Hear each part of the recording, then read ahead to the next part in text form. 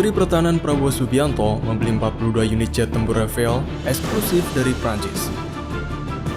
Tapi jangan harap cepat. Pesanan pertama dari pesawat luar biasa ini baru akan mendarat di tanah Indonesia dalam 3 tahun mendatang. Pengiriman pesawat tempur buatan Dassault Rafale ke Indonesia pun akan dilakukan secara bertahap. Tidak kurang dari 4 tahun lagi, TNI Angkatan Udara akan siap merentangkan sayap dan mengguncang langit dengan skadron memukau pesawat tempur Rafale. Sebagai langkah awal, Indonesia terlebih dahulu mengakuisisi 6 unit Rafale dan berencana untuk mendatangkan 36 pesawat tempur Rafale lainnya. Keberadaan pesawat tempur Rafale bagi TNI AU sejatinya memiliki nilai strategis karena dapat memperkokoh kekuatan udara Indonesia.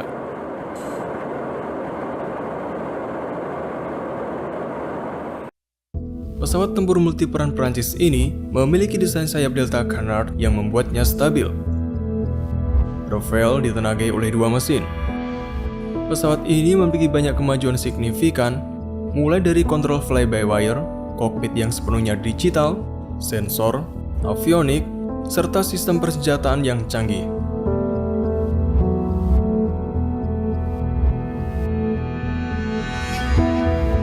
Rafale diproduksi oleh Dassault Aviation yang berpusat di Paris, Prancis.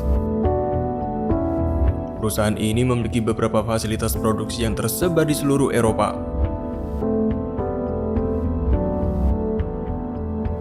Salah satu yang terbesar dan paling canggih terletak di Saint-Cloud. Fasilitas ini menggabungkan teknologi pemodelan 3D mutakhir untuk memberikan wawasan baru kepada para insinyur dalam pekerjaan mereka.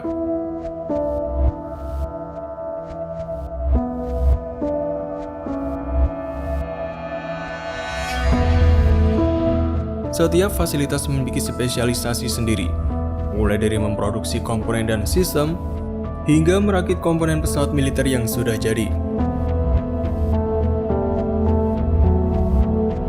Komponen-komponen dibuat dan dirakit di fasilitas khusus oleh teknisi yang dikhususkan untuk bekerja di bagian tersebut.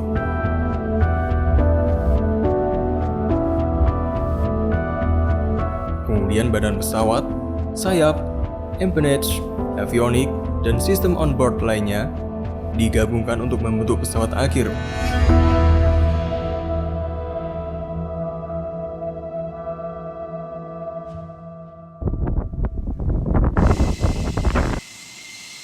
Pelatihan pilot menjadi sangat penting ketika sebuah perusahaan merancang pesawat canggih seperti Rafale.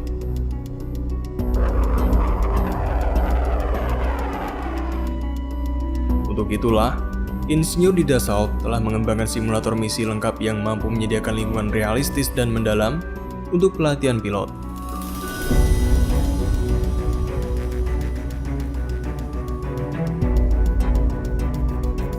Di antara banyak fiturnya, FMS Rafale secara sempurna mereplikasi kokpit pesawat termasuk kontrol dan tampilan.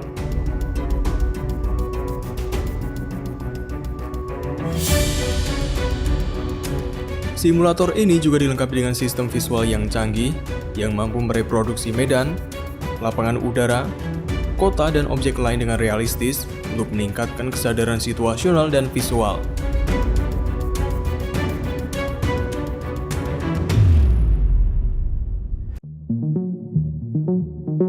Untuk mereproduksi sensasi penerbangan, simulator ini juga mencakup sistem gerakan lanjut guna meningkatkan pengalaman pelatihan secara keseluruhan.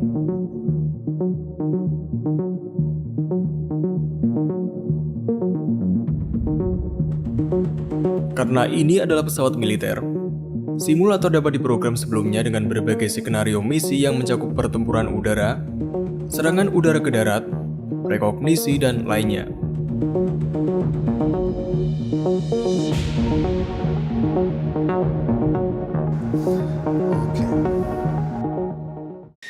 Selama beberapa dekade terakhir, Rafale telah menjadi jet favorit dalam pameran udara dan demonstrasi lainnya karena manuverabilitas unggul dan kemampuan udara yang mengesankan.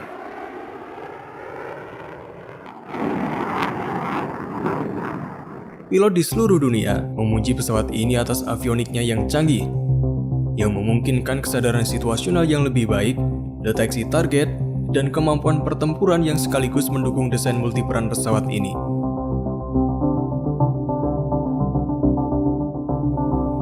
Pesawat ini tidak hanya memiliki kecepatan maksimum Mach 1,8, tetapi juga menggunakan teknologi siluman untuk mengurangi kemampuannya dideteksi oleh pasukan musuh.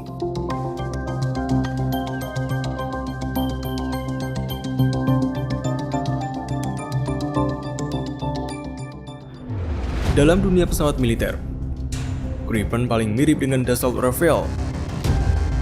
Gripen memiliki desain sayap Delta Canard yang mirip seperti Rafale.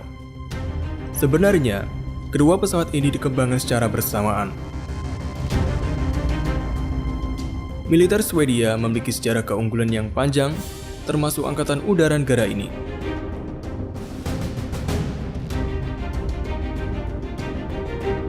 Meski bukan negara yang secara langsung terlibat dalam Perang Dingin, pemerintah memiliki minat yang jelas dalam mempertahankan pertahanan yang kuat sepanjang tahun 60-an, 70-an, dan 80-an.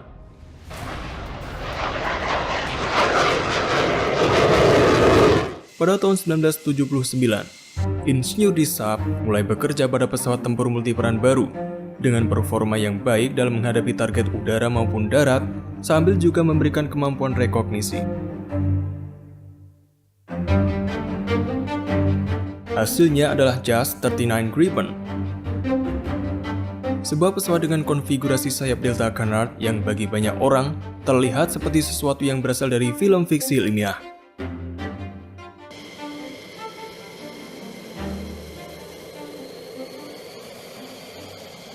Meskipun dirancang pada tahun 1970-an, Gripen sebenarnya tidak memiliki penerbangan pertamanya hingga tahun 1988.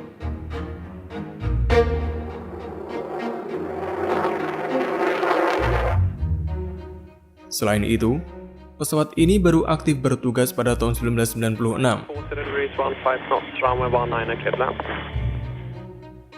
Hal ini disebabkan oleh proses pengujian dan perbaikan yang ekstensif, di mana perusahaan dan insinyurnya berusaha menciptakan pesawat yang paling mumpuni dan serbaguna.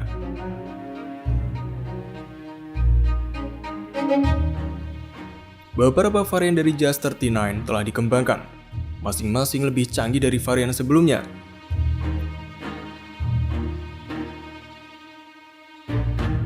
Saab memiliki sejumlah perusahaan mitra yang membantu memproduksi bagian-bagian badan pesawat, sayap, permukaan ekor, roda, sistem avionik, dan persenjataan.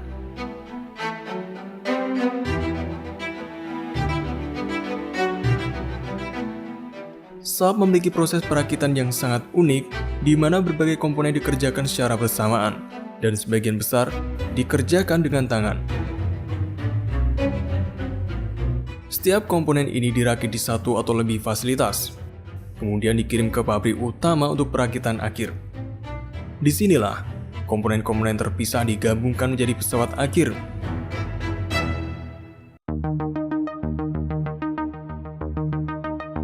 Dari sini, sistem-sistem utama akan diintegrasikan dengan pesawat, termasuk kontrol penerbangan, navigasi, komunikasi, dan suit sensor. Proses modular ini merupakan kunci untuk menghasilkan produk akhir berkualitas tinggi. Karena setiap komponen dirakit oleh tim yang mengkhususkan diri hanya pada bagian tertentu dari Gripen.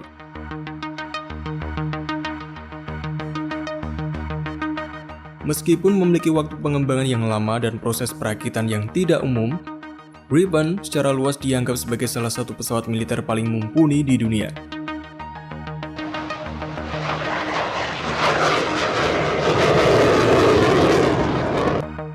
Hal ini didasarkan dari banyak faktor, termasuk efektivitas biaya dari pesawat ini.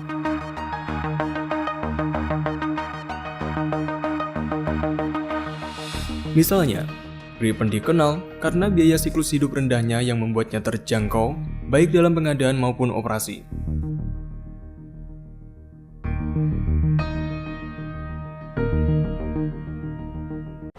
Namun, ini tidak mengurangi kinerjanya, karena Gripen mampu menjalankan berbagai misi termasuk pertempuran udara, serangan udara ke darat, rekognisi, dan perang elektronik.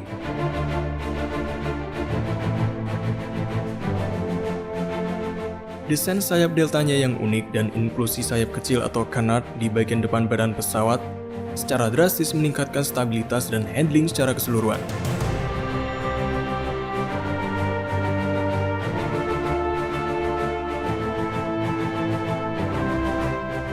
dikombinasikan dengan kontrol penerbangan fly-by-wire, memungkinkannya untuk mencapai kelincahan yang luar biasa dan manuverabilitas G yang tinggi.